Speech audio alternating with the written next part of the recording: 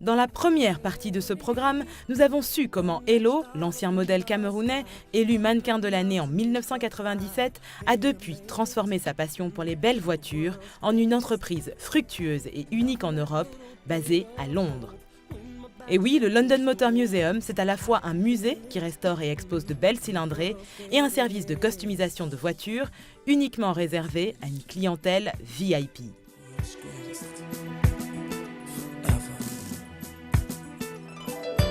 I am a giant, I am an eagle, oh, I am a lion. Désireux de laisser une trace visible depuis le continent, Hello dédie son London Motor Museum à tous les peuples d'Afrique. Rachida, elle, est étudiante en master de droit des affaires dans une grande université parisienne. Burkinabé de passage à Londres, Rachida, qui s'intéresse à la création d'entreprises, est venue visiter le London Motor Museum. L'occasion de rencontrer Hello, le maître des lieux, et de récolter les précieux conseils d'un entrepreneur passionné de moteurs en passe de devenir son mentor. Quel conseil vous pouvez donner à un jeune entrepreneur afro comme moi, ici, qui veut monter son business en Europe? Parce que être black déjà en Europe, c'est pas facile. Encore pas le meilleur conseil. En fait, normalement, un conseil pareil, c'est de suivre son cœur. Moi, j'ai tout le temps suivi mon cœur. Ça m'a amené dans des emmerdes, comme ça m'a amené dans des jours jubilants. Moi, mon cœur, c'était quand j'ai réalisé que la vie de vêtements et de designer de vêtements ne marchait pas. Je me suis ralenti, j'ai revu un peu derrière ma vie et je me suis dit, ma vie vraiment c'est les voitures. Alors pourquoi pas faire quelque chose que j'aime bien, en même temps faire un business de ça, que de quelque chose que j'aime pas et puis après quand ça ne marche pas, je ne suis pas très content. Et là aujourd'hui, même si ça ne marche pas, je suis ravi parce que j'ai tous mes enfants, ça c'est mes enfants. Ils sont tous là et je suis heureux avec eux. Et si le corps est content, la tête et le business vient après. C'est facile. Il faut d'abord aimer ce qu'on fait, désirer ce qu'on fait. Exact. Il faut d'abord aimer ce qu'on fait, désirer ce qu'on fait, et puis après suivre son cœur. Et si ton cœur est OK, là t'es OK. Là c'est 100%. J'ai appris que vous êtes autofinancé, on peut dire. Bon, moi, je ne suis pas top modèle, je n'ai pas de fonds. Si vraiment je veux essayer de faire ma boîte financièrement, comment je dois faire pour aborder les banques? Parce que vous avez commencé comme ça, vous avez dit que bon, en gros c'était un refus, et vous êtes abattu sur vous-même. Mais quelle est la meilleure manière pour aborder un banquier pour avoir un prêt et présenter un projet? Ce qui est bien avec l'Angleterre par rapport à la France et par rapport au reste de l'Europe, c'est que l'Angleterre est plus ouverte aux entreprises, des Africains ou des Noirs, que le reste de l'Europe. Mon banquier était un peu réticent parce qu'il voulait voir ce que moi je mettais en jeu pour pouvoir avoir, tu vois, tu ne peux pas aller à la banque leur demander de 5 millions d'euros pour commencer un musée et ils vous donneraient ça comme ça. Il faut que vous ayez un background dans ce métier, dans ce domaine. Mais par contre, je sais, j'ai beaucoup d'amis qui ont commencé des business ici, qui sont blacks. Ils sont juste allés à la banque, ils ont juste fait un bon business plan. Ils sont allés à la banque, ils ont dit voilà ce que je veux faire, voilà ce que je pense, voilà les études que je fais du marché et voilà ce que ça va aboutir. Et je veux, si vous voulez, une somme normalement pour commencer un nouveau business en Angleterre, c'est entre 100 et 250 000. Ça, c'est facile que la banque vous en prête. Donc, la clé, c'est avoir un bon business plan et puis bien argumenter en fait. Oui, il faut avoir un bon businessman, mais il faut aussi croire à ce que vous faites. Et aussi, mon banquier m'avait dit une fois, j'étais allé lui voir il y a très longtemps et je voulais un prêt de 10 000 livres. Il me dit, Hilo, ne viens jamais me voir avec un prêt de 10 000 livres. Et je dis, pourquoi? Parce que c'est juste 10 000 livres. Je me pensais, si c'est 10 000 livres, c'est petit, c'est rien du tout, vous me donnez ça facilement. Mais au fait, dans leur tête, si vous avez besoin de 10 000 livres, ça veut dire que vous êtes vraiment mal parti. Pour faire un plan, il faut que ça soit une somme quand même conséquente pour qu'eux ils se disent que vous avez bien réfléchi à ça et vous avez des fonds que vous aurez à recevoir d'eux qui pouvaient au moins faire marcher ce business. Alors il m'a dit, reviens me voir avec un business plan de demi-million à 1 million et ça serait plus facile à vous donner ça qu'un truc de 10 000 livres. Ça c'est un truc que les banquiers ne vous disent pas.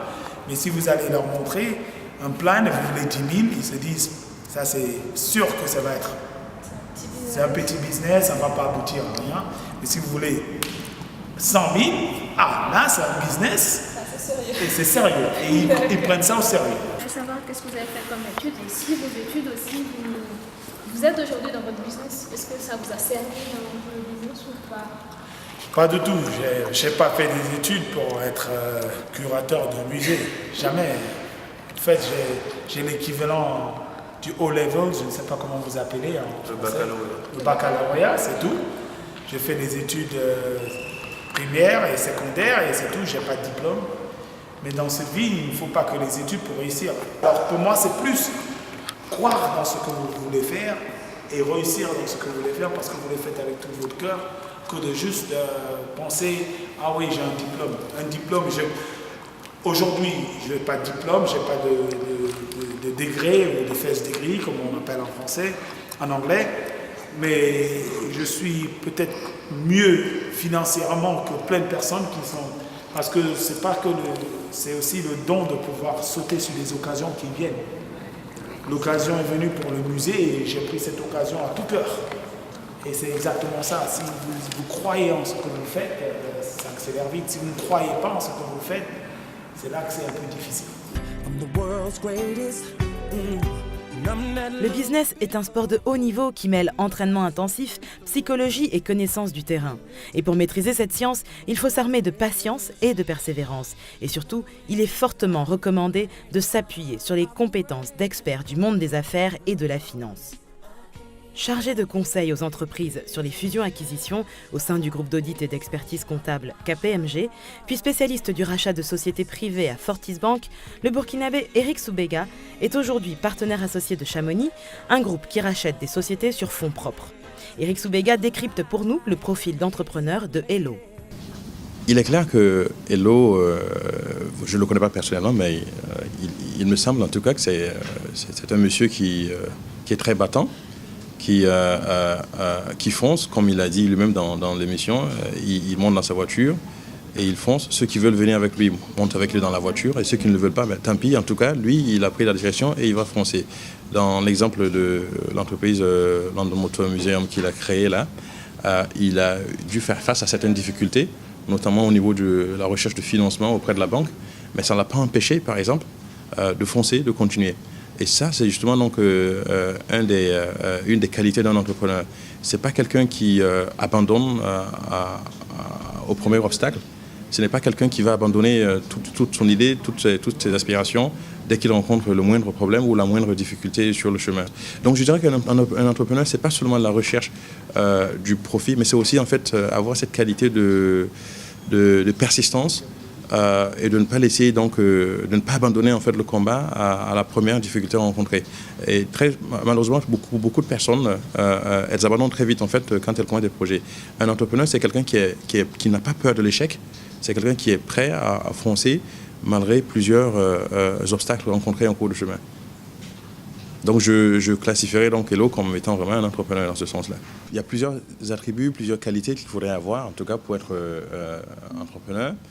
Il faudrait déjà être quelqu'un qui a de la vision, donc quelqu'un qui est visionnaire, quelqu'un qui a cette capacité-là à pouvoir anticiper un besoin potentiel dans la communauté, dans le marché de son choix, et de se dire, ah ben tiens, voilà une idée que j'ai, je crois que si je réalise telle idée, ou si je fabrique tel produit, ou si j'offre telle gamme de services, à un certain marché, je pourrais en fait faire de l'argent.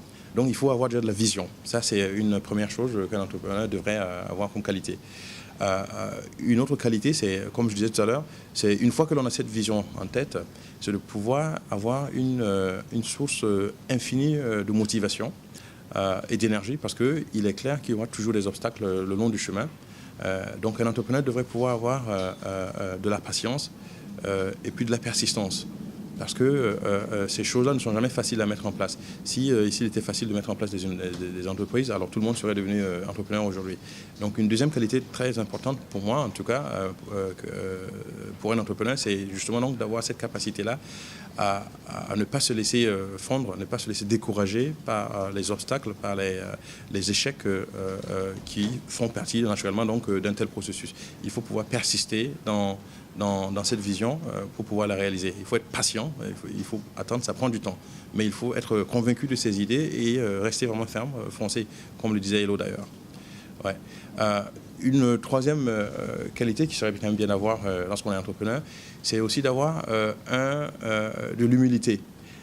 Il faut être assez humble et de reconnaître qu'en fait, seul, on ne peut pas réaliser un tel projet et on aura forcément besoin de la coopération, du soutien d'un certain nombre de partenaires potentiels. On aurait besoin d'idées, de conseils venant de certaines personnes qui sont passées par là avant vous. Donc il faudrait être assez humble pour accepter de recevoir des critiques, des remarques qui sont peut-être a priori négatives, mais qui sont en tout cas éventuellement constructives. Qui vous permettrait en fait donc de tirer des leçons des expériences des autres personnes et d'utiliser donc cette expérience-là pour pouvoir améliorer le cheminement de votre projet. Donc les entrepreneurs qui sont arrogants ou qui n'ont pas donc un certain minimum d'humilité en eux, il y a toutes les chances qu'elles vont foncer et se cogner la tête dans le mur, comme on le dit, parce qu'elles n'acceptent pas, elles ne sont pas assez ouvertes d'esprit pour recevoir ou bénéficier en tout cas de l'expérience que les autres personnes pourraient leur apporter. Et cette expérience, elle est diverse. Ça peut être une expérience dans le domaine de la finance, ça peut être une expérience dans le domaine en fait, de l'industrie dans laquelle l'entrepreneur veut travailler, ça peut être l'expérience dans le domaine de comment en fait, acquérir le marché. Et l'entrepreneur tout seul ne peut pas faire tout ce travail-là. Il faut bien que des conseillers viennent le soutenir, viennent l'accompagner le long de ce processus. Il y a une différence fondamentale entre prendre de l'argent sous forme de prêt pour financer votre projet et prendre de l'argent sous forme de fonds propres pour financer votre projet. Essentiellement, la dette, vous l'ouvrez éventuellement auprès d'une banque. Lorsque vous prenez de la dette lorsque vous acceptez de la dette dans votre projet, dans le capital de votre projet, vous vous engagez à ce que le projet génère assez de revenus pour pouvoir donc payer selon un programme fixe les sommes principales qui étaient donc empruntées. Et donc, vous ne connaissez, c'est important, c'est ce que je dis là, parce que vous ne connaissez pas en fait forcément comment la situation financière de votre entreprise va évoluer. Et pourtant, vous vous engagez à dire, voilà, qu'il pleuve ou qu'il neige, chaque année, je reverserai par exemple 1/5 du capital total que j'aurais pris sous forme de dette pour une dette qui a une échéance de 5 ans. Donc, il y a des risques qui sont liés à cela.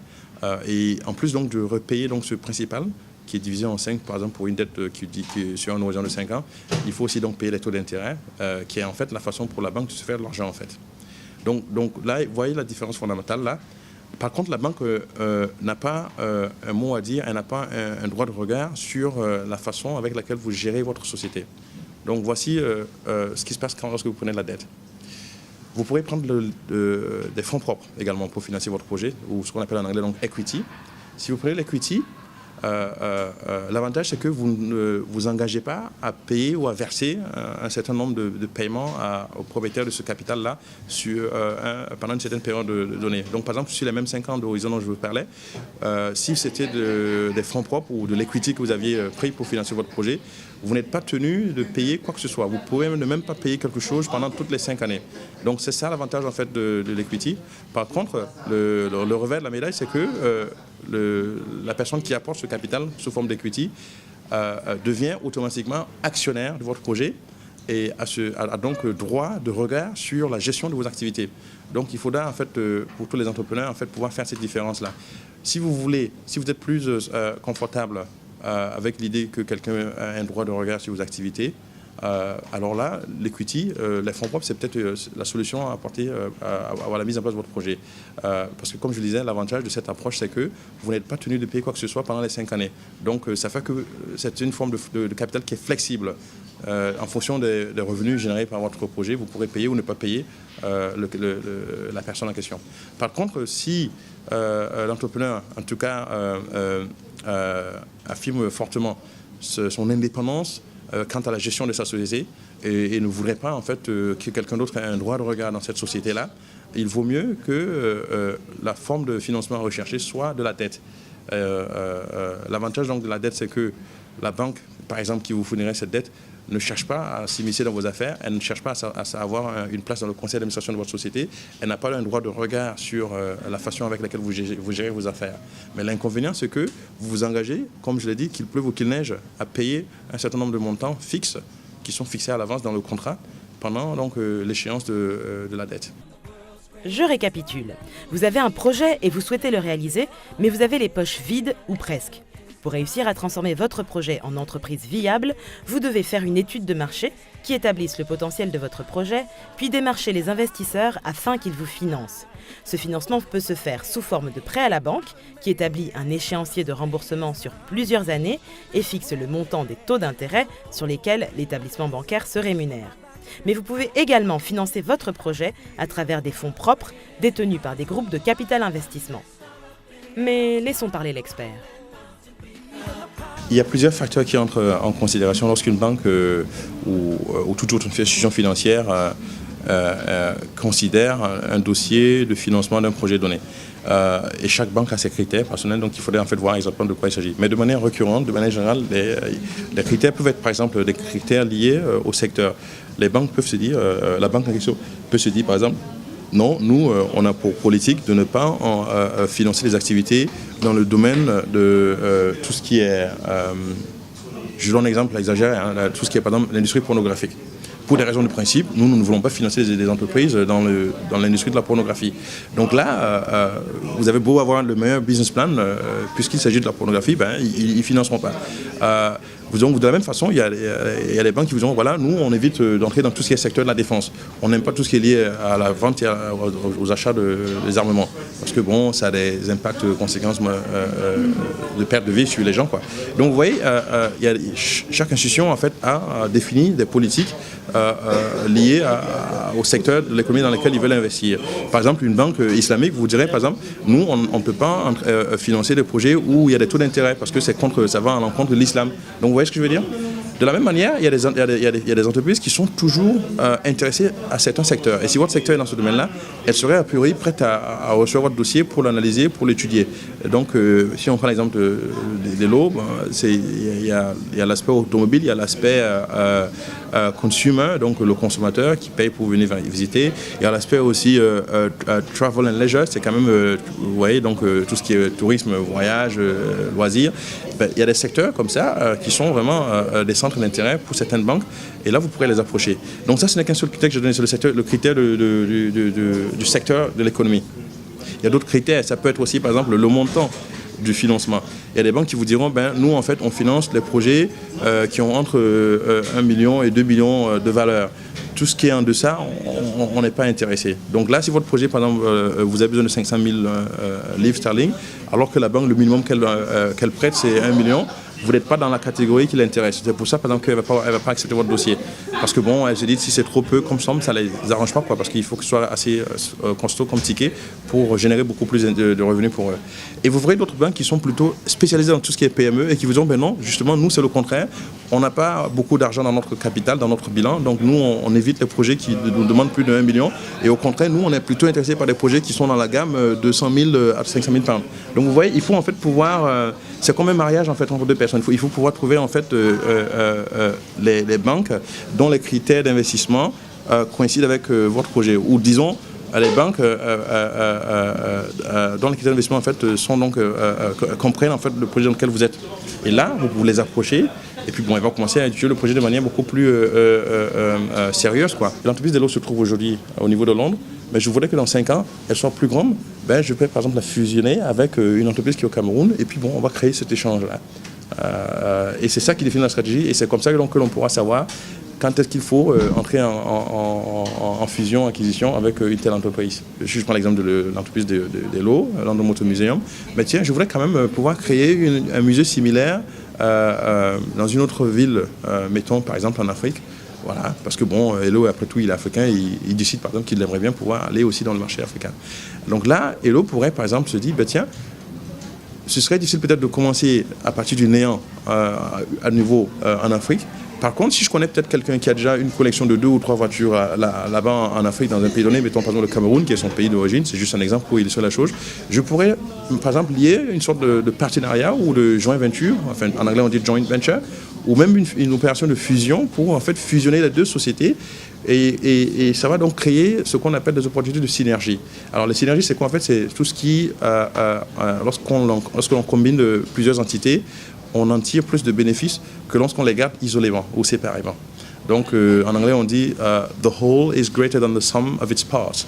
Les bénéfices que l'on tire de l'ensemble fusionné sont beaucoup plus importants que lorsque l'on calcule ces mêmes bénéfices-là de manière individuelle. Donc comme ça, par exemple, un exemple de synergie qui pourrait être sorti d'une telle fusion entre London Motor Museum de Londres et puis une autre qui se trouve en Afrique, c'est que peut-être, tu vois, pendant 6 mois, les voitures qui sont dans le parc du musée de Londres pourraient être affrétées ou envoyées au Cameroun, c'est juste pour illustrer la chose, hein. Pendant donc la première moitié de l'année, de janvier à juin, les voitures sont toutes à Londres, et puis de juin à décembre, par exemple, elles sont au Cameroun, ou vice-versa. Par exemple, elles pourraient être de juin à décembre, elles pourraient être à Londres, parce que c'est l'été, donc le temps est plus beau, les gens sortent beaucoup plus. Donc là, on maximise la visite. Mais on sait, par exemple, que de décembre à juin, bon, il y a quand même l'hiver qui est là, qui dure quand même peut-être 3 mois. Peut-être que pendant ces 3 mois-là, plutôt que de garer les voitures à Londres et de ne pas les utiliser, peut-être qu'on pourrait les acheminer au Cameroun, où il fait très beau, et là, les voitures donc, pourraient générer beaucoup plus de visites. Donc vous voyez, ça c'est un exemple de synergie, par exemple, parce que les voitures en fait, qui seront exposées au Cameroun pendant la période d'hiver en Angleterre, donc mettons de décembre à avril, un exemple, hein, ces voitures-là ne seraient pas achetées à nouveau. L'entreprise qui est basée au Cameroun ne va pas acheter toutes ces voitures-là. C'est juste un emprunt temporaire. Et puisque c'est dans le même cadre la même boîte, une boîte élargie, il n'y a pas autant de coûts, quoi. C'est pas comme si quelqu'un devait se lever tout seul au Cameroun pour acheter les 30 voitures dont Hello dispose pour commencer à faire de la visite. Donc vous voyez un exemple de synergie, c'est des bénéfices, c'est des économies que l'on retire en combinant ces deux sociétés-là ensemble. La notion de réussite dépend de la définition que l'on s'est donnée ou des objectifs que l'on s'est donnés au départ. Si l'objectif c'est de créer une entreprise qui n'existait pas au départ, il est clair que c'est déjà une réussite, parce que voilà, aujourd'hui, London Motor Museum, c'est une réalité, et bravo à Hello, il faut le dire, hein, pour avoir pu mettre cela en place, malgré les défis qu'il a dû donc rencontrer, malgré les difficultés qu'il a rencontrées dans tout le long de ce parcours-là. Mais si aussi l'entreprise d'Hello s'est donnée pour but de pouvoir créer en tout cas un point d'héritage, une occasion donc de laisser un héritage aux Africains, à ses enfants, lui, dans le futur. Là également, il est clair que c'est dans le futur, donc on ne sait pas ce qui va se passer dans le futur. Mais en supposant que le London Motor Museum va continuer à tourner, va continuer à fonctionner dans les années à venir, dans les décennies à venir, oui, on pourrait donc dire a priori que c'est également une réussite potentielle. Alors par contre, si l'objectif c'est d'analyser la réussite financière de ce projet, c'est-à-dire de savoir est-ce que c'est un projet qui est rentable financièrement et aussi est-ce que cette profitabilité est durable, donc s'inscrit dans le long terme. Alors là, il faudrait, évidemment, encore une fois de plus, c'est dans le futur, donc il est difficile de pouvoir décider dans le temps présent si dans le futur l'entreprise va réussir ou pas. Par contre, on pourrait analyser le potentiel de réussite financière d'une telle entreprise dans le futur. Et pour cela, il faudrait bien sûr donc avoir accès à plus de données, notamment les données financières, des données aussi sur le marché dans lequel en fait agit, ou opère le London Motor Museum, et l'analyser par rapport à ses concurrents, parce que bon, c'est vrai que comme Hello l'a dit, c'est le seul ou c'est le premier musée de voitures à Londres, mais il faut ça a quand même des concurrents qui sont basés dans d'autres villes ou dans d'autres pays, donc il faudrait pouvoir analyser de manière beaucoup plus approfondie la position de London Motor Museum par rapport à ses concurrents pour donc déterminer le potentiel de réussite financière d'un tel projet. Notre rendez-vous est terminé pour aujourd'hui. Nous étions avec Hello, un entrepreneur fou d'auto, made in Cameroun. En attendant notre prochain rendez-vous, portez-vous bien. Kudala, silale mawe.